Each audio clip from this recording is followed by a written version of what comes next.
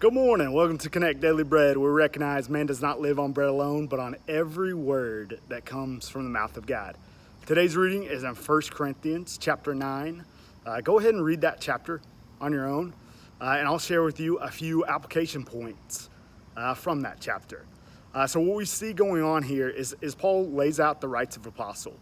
His credentials are under attack by the Corinthian church, and there's questioning of his apostleship. There are some posers that go by the name, they call themselves super apostles, and so they've kind of won the hearts of some of those in the Corinthian church through deceit and other nefarious means, and they are getting financial aid and support from them, while that is not taking place for Paul. And Paul lays out some cool stuff. You just see laid out, okay, what God's design is for his church. And so the first point is that in order for Connect to thrive, you and I, must recognize God's design for his church, which includes spiritual leadership. Recognize, respect, submit to, lighten the load of spiritual leaders. Well, who is that for us? That would be Lynn and Adam. And so when it comes to preaching, Paul lays out, hey, preachers, God commands that those who preach the gospel should make a living from that. Meaning financial support is a right for those preaching the gospel. And so one day that will take place at the right time for Adam.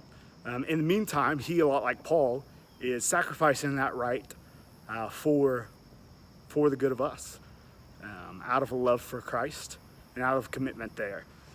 Secondarily, I must support God's leaders. If you and I are going to continue what took place and what allowed the early church to thrive, while there's great dysfunction in the Corinthian church, in fact, probably the most dysfunctional church in the New Testament, well, a lot of that was over division, wanting to call the shots.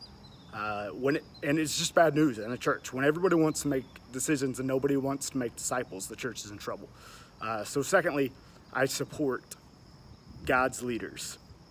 So application, this week, I encourage each of us to reach out to Lynn and Adam and ask how we can support them, how we can lighten their load, so that, as Hebrews 13 talks about, that their work not be a burden to them, but rather is able to be a joy, because they've been called to a serious task of watching over our souls as ones who must give account.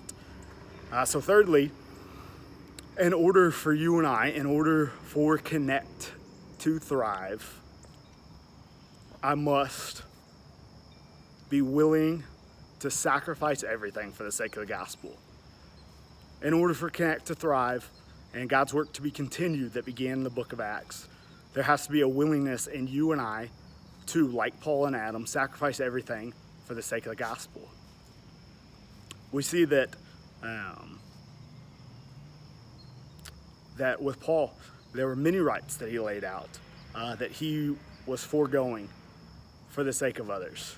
We see him go on to say that I become a slave to all, so that others may find Christ. A willingness to totally